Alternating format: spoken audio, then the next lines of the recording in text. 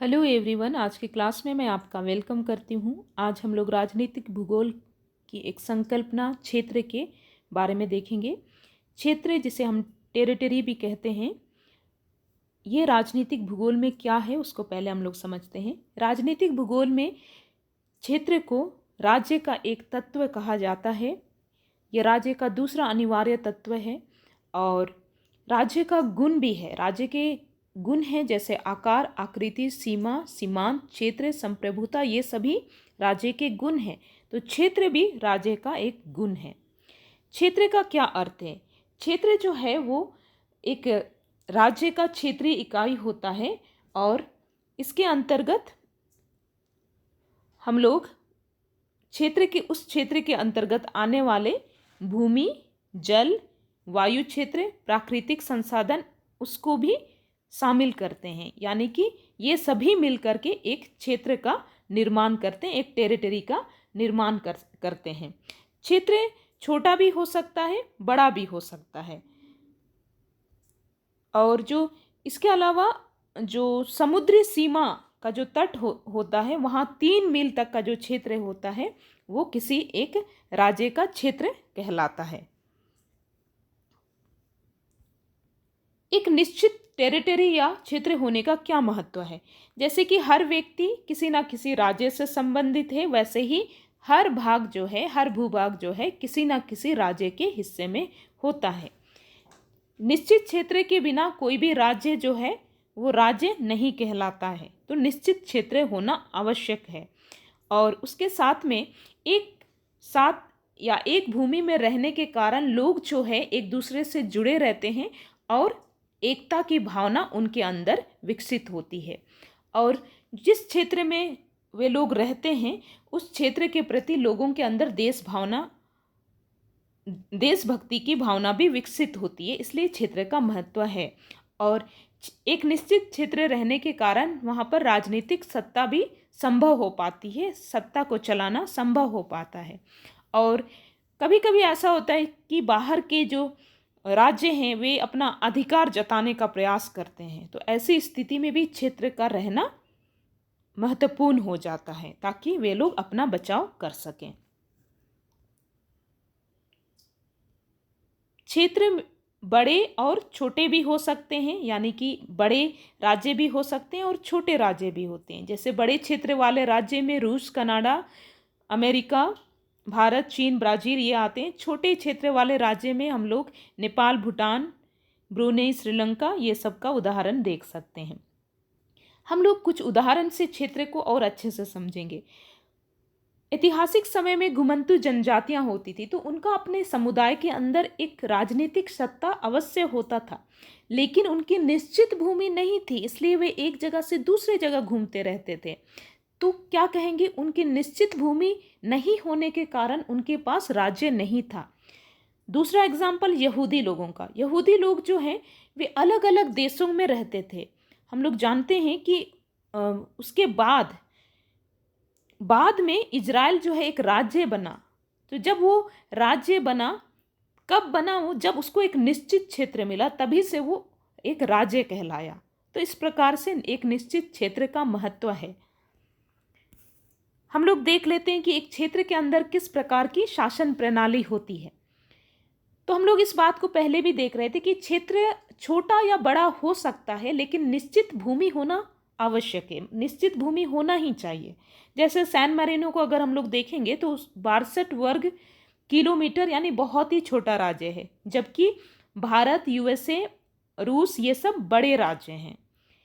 छोटे राज्यों में एकात्मक शासन प्रणाली जो है वो उपयुक्त होती है, जबकि बड़े राज्य जैसे भारत एक बड़ा राज्य है, अमेरिका बड़ा राज्य है, ऐसे जगहों पर संघीय शासन प्रणाली अधिक उपयुक्त होती है और भारत में संघीय शासन प्रणाली ही है।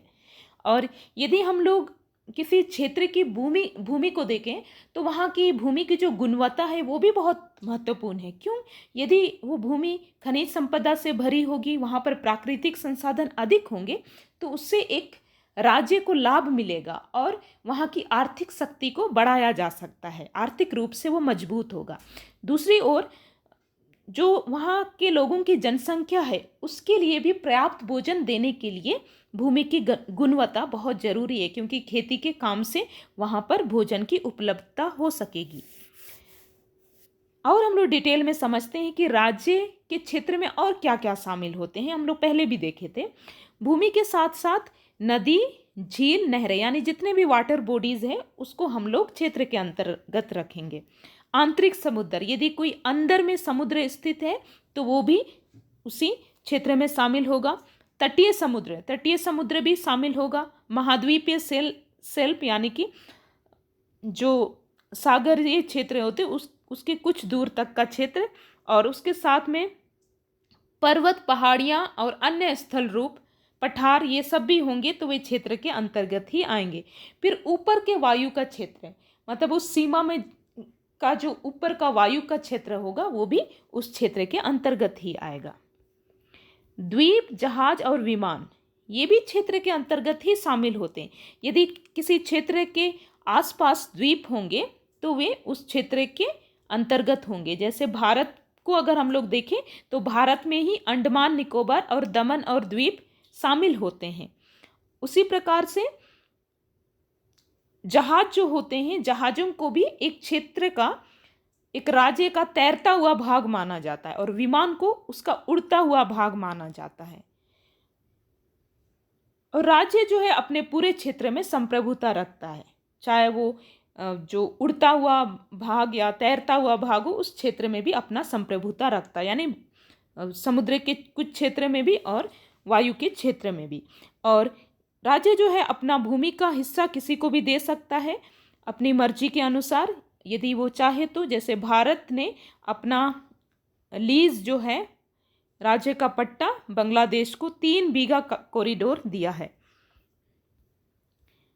रणनीतिक और भौगोलिक महत्व, क्षेत्र के अनुसार उसका महत्व भी होता है। जैसे पश्चिमी एशिया के जो राज्य हैं वहाँ पर पहले तेल की खोज नहीं हुई थी, लेकिन जब वहाँ तेल खोज हुआ तो वहाँ पर वो एक महत्वपूर्ण और अभी वर्तमान समय में शक्ति के रूप में, शक्तिशाली देशों के रूप में उभरा है तेल की खोज के कारण।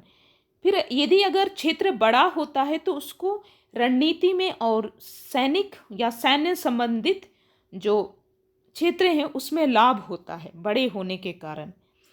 ज़्यादातर जो क्षेत्र हैं वे सटे हुए होते हैं, मतलब सघन या कॉन्टिजियस, मतलब एक सटा हुआ क्षेत्र होता है, लेकिन कुछ अपवाद भी होते हैं। जैसे हम लोग जानते हैं कि बांग्लादेश के निर्माण से पहले पाकिस्तान के 2 हिस्से थे, पूर्वी पाकिस्तान और पश्चिमी पाकिस्तान, बाद में वो बांग्लादेश बन गया। उसी प्रकार से अगर हम लोग अमेरिका का उदाहरण लें तो हवाई और अलास्का जो है वे अमेरिका के ही क्षेत्र हैं, लेकिन जो यूएसए का जो मेन लैंड है उससे काफ़ी दूर में है। संप्रभुता और अंतर्राष्ट्रीय कानून, राज्य की संप्रभुता किसके ऊपर रहती है, किन किन चीज़ों के ऊपर? वहाँ की भूमि के ऊपर, नदी, पर्वत, मैदान के ऊपर, वायु क्षेत्र के ऊपर, और भूमि सीमा से निश्चित दूरी तक का समुद्र के ऊपर भी होती है। अंतर्राष्ट्रीय कानून के अनुसार सभी राज्य जो हैं वो स्थिति में और अधिकार में समान हैं। ऐसा नहीं है कि कोई बड़ा राज्य है तो उसका अधिकार अधिक है, या कोई छोटा राज्य है तो उसका अधिकार कम है, लेकिन अंतर्राष्ट्रीय कानून के अनुसार सभी राज्य बड़े हैं। छोटे राज्य और बड़े राज्य में क्या हमें देखने के लिए मिलता है विशेषता? छोटे राज्य में प्रशासन में कुशलता देखने के लिए मिलता है, उसे चलाने में आसानी होता है, एकता देखने के लिए मिलता है, राज्य में प्रेम दिखाई देता है, राज्य प्रेम यानी देशभक्ति अधिक दिखाई देती है। और उसके साथ में बड़े राज्य में रक्षा शक्ति में ये मजबूत होते हैं और संसाधन की उपलब्धता अधिक होती है, क्योंकि क्षेत्र बड़ा है इसलिए ये आर्थिक रूप से आत्मनिर्भर होते हैं। तो यही है। आई होप आपको ये टॉपिक समझ में आ गया होगा। मेरे क्लास में जुड़ने के लिए आपको थैंक यू।